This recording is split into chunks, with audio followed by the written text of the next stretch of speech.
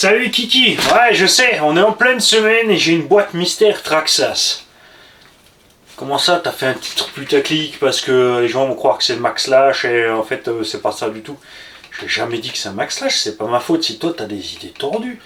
N'empêche que j'ai quand même une boîte Traxxas mystère. Double mystère. 1, je sais pas ce qu'elle fout là. 2, je sais pas ce qu'il y a dedans. Je vais t'expliquer. J'ai reçu un mail pour me dire qu'il y avait un colis qui est arrivé à Mondial Relais. Bon, j'ai un petit indice. Jam Jam. Il m'a écrit, t'as un colis chez Mondial Relais. Ok. Là, je suis allé chercher ce colis en question. Et ce colis ne vient pas de Belgique. Non. Il vient de chez Monsieur Thierry B, qui est en fait Bugsy, qui est un des 3 modérateurs du groupe X-Max France. Si vous ne savez pas de quoi je parle, allez vous inscrire sur le groupe X-Max France. Il n'y a pas que du X-Max, c'est globalement Traxxas. Il y a des petites annonces super sympas, des gens fiables, puisque les annonces sont gérées dans les gens du groupe, contrôlées. S'il y en a un qui fait un truc foireux, il est dégagé. Donc c'est tranquille. On a des gens qui touchent leur bille là-dedans aussi, évidemment. Pour tout ce qui est Traxxas, tu passes par le groupe X-Max France, d'accord? Donc déjà, j'en connais 2 qui m'ont fait un petit coup discretos comme ça. Et alors, déjà merci Jam Jam, même si je sais pas ce que c'est. C'est peut-être qu'une connerie pour me faire marrer, c'est pas important. Ça va marcher, ça c'est sûr. Je suis bon public. Et merci à Bugsy d'avoir joué le petit jeu avec en ninja, parce qu'il m'a rien dit Bugsy, hein. Il aurait pu m'écrire pour me dire tiens j'ai un truc à t'envoyer de la part de machin. Non. Puis il savait bien que ça venait chez moi, puisqu'il avait mon adresse. Donc merci mon très cher Titi. Et là-dedans, on a une boîte, c'est la semaine du Eurevaux. On a une boîte de Eurevaux. Ça veut pas dire qu'il y a un Eurevaux dedans. Je soupçonne la connerie parce que à peine mon Eurevaux était vendu à Babou que il m'a manqué. J'avais donc regardé un petit peu à droite à gauche ce qu'il y avait en Eurevaux sur le Bon Coin, le groupe, etc. Et j'avais glissé un petit mot à Jam Jam, dire tiens, presque envie de racheter un Eurevaux, j'en ai vu un sur le machin, sur le coin-coin, que vendait justement Thierry. Donc si vous voyez ces annonces, Thierry B. D'accord, je dis pas son nom parce que je sais pas si j'ai le droit. Et quoi que l'annonce, je crois qu'il est sous Bugsy, il me semble. Donc si vous voyez ces annonces, ne vous inquiétez pas, c'est pas tombé du camion, c'est du matos en règle. Et moi j'ai la banane. Parce que regarde ce que j'ai reçu de mon papounet. Un Eurevaux 2. On va dire 2e génération. Les premiers avaient tout simplement pas les grosses chapes. Ici ils avaient des chapes un peu plus petites et elles se déchiraient. Ensuite ils ont modifié avec des roses. J'ai donc reçu un roller, ce qu'on appelle un roller, un scooter, un châssis sans électronique, complet de Eurevaux 2, tout neuf, tout beau, tout brillant. Ça c'est chouette. Donc avec l'aileron que vous avez vu hier sur la vidéo qui déglingue vite, hein, les petits pare-chocs minimalistes mais qui servent à quelque chose quand même. Et là-dessus, puisque j'ai reçu, moi, 2 par un RS, des Proline Masher. Tu vois, ils sont pas trop gros, pas trop lourds. Ce que j'ai le plus envie de faire, c'est mettre des roues de sledge dessus. Honnêtement, parce qu'elles sont encore un poil plus légers que celles-là. On connaît la qualité des gommards, hein, c'est sûr. Les mâcheurs aussi. Et c'est vraiment dommage que Proline ait changé d'attitude de fournisseur de matos.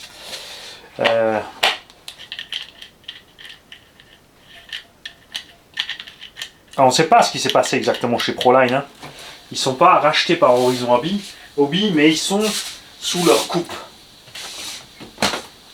Ce qui me plaît pas du tout. Alors, c'est un peu aussi une manœuvre sans aucun doute politique de la part de Horizon Hobby, puisque Proline a fait pendant longtemps des jantes et des pneus profil Traxxas. Au niveau du profil de collage, Traxxas utilise des doubles lèvres.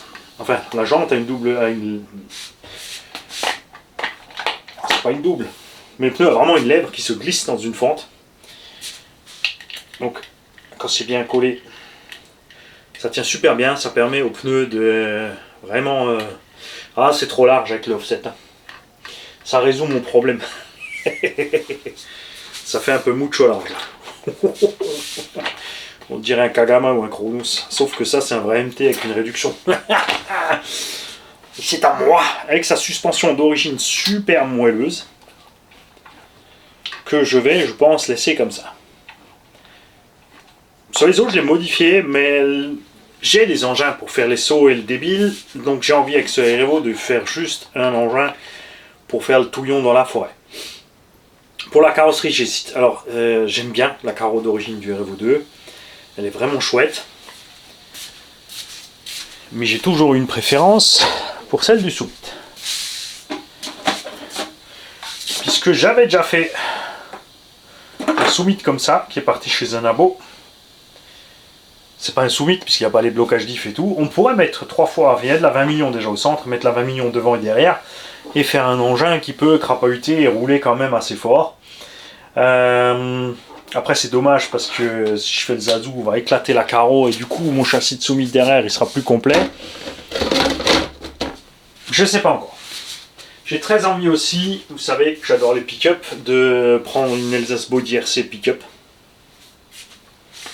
Mettre les plots de carreau comme vous avez vu hier sur le Revo à Michel. Les plots simples, avec les circlips, c'est une carreau renforcée dessus. De toute façon les batteries qui accèdent par le côté. Sur un Revo, souvenez-vous, sur un Revo, j'avais mis une carreau renforcée blanche, qui était un prototype qui était vraiment blanc, pas transparent. Un peu rugueux du coup par contre. Et là-bas j'avais mis des Proline Secure Lock, mais j'avais mis des vis. J'ai vissé la carreau dessus puisqu'il n'y a pas besoin d'ouvrir. Les batteries se changent par l'extérieur. Ça aussi on aurait bien aimé de voir arriver ce châssis avec plus de place pour les batteries, pour le passer en vitesse. Hein. Simplement pour mettre une 4S bashing. On va rapidement causer des indispensables. Pour ceux qui veulent savoir, les choses indispensables qu'il faut faire, comme dit, c'est quand tu arraches tes rotules, tu peux utiliser de la bande Téflon, ça marche très bien. Moi perso, ce que je préfère, c'est ce que j'ai dit hier sur la vidéo Michel, c'est de repercer. Donc ici c'est du M4, donc je perce à 3 mm, un peu plus loin. Je coupe le bout du triangle, 2-3 mm, et je vais visser mes rotules plus loin. Ce qui règle aussi le problème, surtout à l'arrière, des carnans qui peuvent se décrocher quand tu arrives à fond de débattement. Sortie de la boîte, on est sur le centre ici. Moi j'aime bien rouler là, c'est encore plus haut et du coup le triangle vient buter. Mais c'est là que peut sortir plus facilement le triangle. Et quand tu le fais pas, tu peux arracher soit un amorto. Un capuchon d'amorto, c'est le point le plus faible. Si tu mets un capuchon d'amorto en alu, tu vas arracher la chape d'amorto. Donc tu vas mettre une chape en alu, tu vas péter ton cantilever. Donc à un moment, il faut trouver le juste milieu. Tu peux aussi laisser tes tiges au milieu et tout simplement les desserrer un peu de chaque côté. Ce qui te permet d'arriver justement à buter sur le châssis et par le risque d'arracher cette pièce quand tu fais des tonneaux de l'autre sens. C'est vraiment trop large avec les mâcheurs. Hein. 9. Ouais, faut que je trouve autre chose. Non, mais tout. Je sais pas encore quoi. Je l'embarras du choix. J'ai toujours mes Proline Blockade. C'est le même déport. Ouais, mais ils sont un peu plus larges maintenant. Après, la carreau du Revo 2 est relativement large par rapport au Revo 1. Un peu comme le Team Magic. Du coup, même si tu as des pneus larges et du déport, vu qu'on a quand même un Anthrax 2, 390 brouettes, ça fait que c'est pas dégueu. Et hop, on a le Vourmelet 2. Ça, je peux faire aussi. Hein. Regarde comme ça descend le profil du Revo. Oh la vache! Du coup, on a un engin qui a une garde au sol de malade, mais qui a un look pas trop haut. Et les pneus ils vont quand même niaquer les côtés. Les pneus vont quand même niaquer les ailes. Donc il faudra la monter quand même un peu ce carreau vers ici. Caler l'aileron, monter un petit peu l'aileron. C'est vrai que ce serait une bécane sympa à rouler pour ma Gigi. C'est vite fait de brider à la radio. Ouais, je sais pas encore trop. Merci Jam Jam, une belle surprise. Merci Buxy, parce que forcément sans toi ça se faisait pas du coup.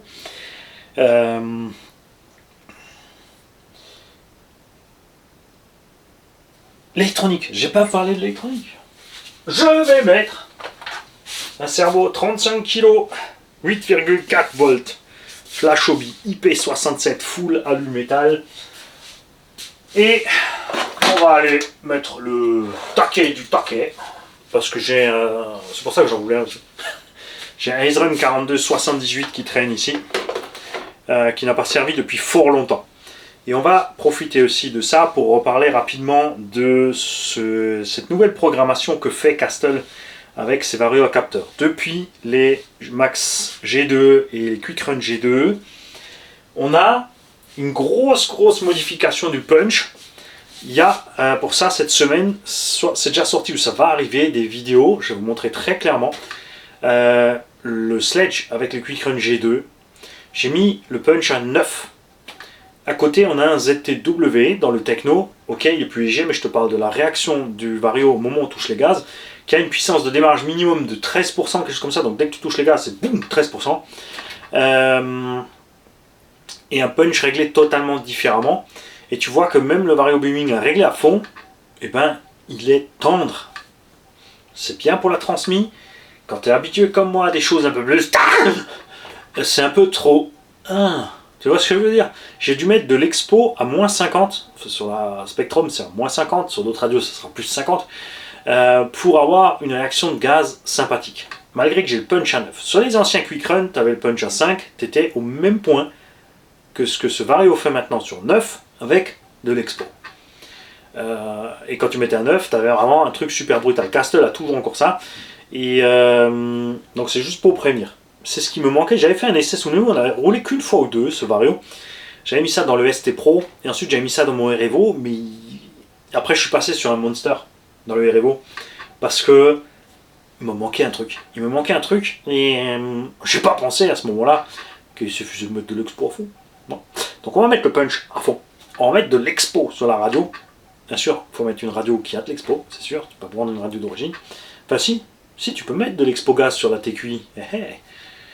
Et du coup ça sera mieux. Après c'est pas plus mal de faire peut-être un truc un peu plus doux. Mani, tu as dit que tu veux un RFO 2 pour y aller un peu plus mollo avec. Alors s'il te plaît, t'étales droit, ça va bien se passer.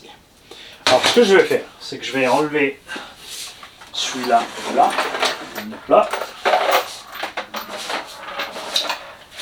Et je vais mettre mon mien à la place. Avec les éléments que je veux monter. Pour la carreau, vous verrez quand j'aurai fini ce que je mets dessus. C'est sûr, après, pour faire le couillon, je ne vais pas mettre celle-là.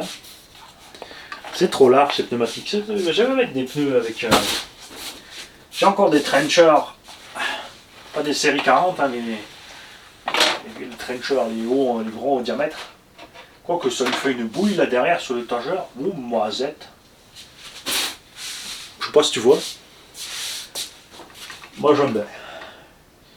C'est fou ça, il est complètement slim. Après, il ne faut pas oublier qu'il y aura le vario dedans, donc la carreau pourra pas aller monter dessus bas, sinon j'ai plus de place. Donc je te dirai ce que je mets comme carreau dessus, on fera l'essai. C'est vrai qu'avec le G2, avec le capteur, ça vaudrait peut-être le coup de mettre un petit pignon et de mettre la 20 millions partout et de faire enfin une fois ce mix de Summit et de Revo. Donc j'aurais pas une vitesse de pointe de fou, si on a un pignon de 10 ou 12. On va plafonner en 6S à 65-70. Par contre, on sera capable normalement que ce capteur, de crapahuter sans problème. Il n'y a que la 20 millions, vous l'avez vu. Souvenez-vous, le Tamiya Rock Soccer, il y a plein de crawleristes, de fans de crawlers qui m'ont pas cru. Chuck RC était sur le cul quand il a fait l'essai de voir ce que ce Rock Soccer avec un peu d'huile de 20 millions à l'avant, donc un diff qui fonctionnait toujours en tant que diff, arrivait à crapahuter avec un diff arrière qui était lui par contre beaucoup plus libre, 1 ou 2 millions. Tu vas pas crapahuter longtemps, Mani, c'est toujours pareil avec toi de toute façon. Puis Pour crapailler, t'as qu'à prendre un MOX3. Virer la grue derrière, comme ça il sera plus léger en haut, on met les lestes en bas et on fait vraiment un crawl. Pour 5 minutes. Si, c'est rigolo pour 5 minutes. Salut les kikis, bonne journée à tous. Je sais, il y en a plein de vous qui veulent des nouveautés, mais moi j'aime bien trifouiller. Qu'est-ce que j'aime bien? Je suis content d'avoir un Erevo 2. Je m'étais parti dans les essentiels à faire. Les biellettes de liaison des suspensions, comme l'a fait l'abonné ici qui a vendu sa machine à Michel, c'est aussi un abonné de la chaîne, il me semble. Celle-là, en 70-75 T6, oubliez celle des constructeurs annexes, c'était pour Erevo 1, c'est de la merde sur Erevo 2. Elles coûtent une couille par contre ces pièces, et on ne sait pas pourquoi. Franchement, elles sont hors de prix. Perso, j'aime bien laisser les origines, puis les changer une fois que je les ai tordues 2, 3, 4 fois. J'ai même réussi à en sectionner une fois en deux, au bout de quelques trucs à redresser. Les biellettes de direction, t'as pas besoin puisque tu as la direction, donc les chocs sont moindres. Alors à l'avant, il te faut celle-là, parce que c'est celles qui sont le plus exposées au choc. À l'arrière, tu les plies rarement. Par contre, à l'arrière, il te faudra celle-là, parce que tu vas plier celle-là, puisqu'elles sont fixes ici. Hein, et pas à l'avant. Donc comme sur le X-Max, hein, je vous explique ici des choses minimalistes, pour ne pas partir trop loin. C'est pour ça que je ne suis pas fan du Ultimate. L'Ultimate, tu as une tonne d'alu dessus inutile. Tout ce qu'il nous faut, ce sont les carters avant alu.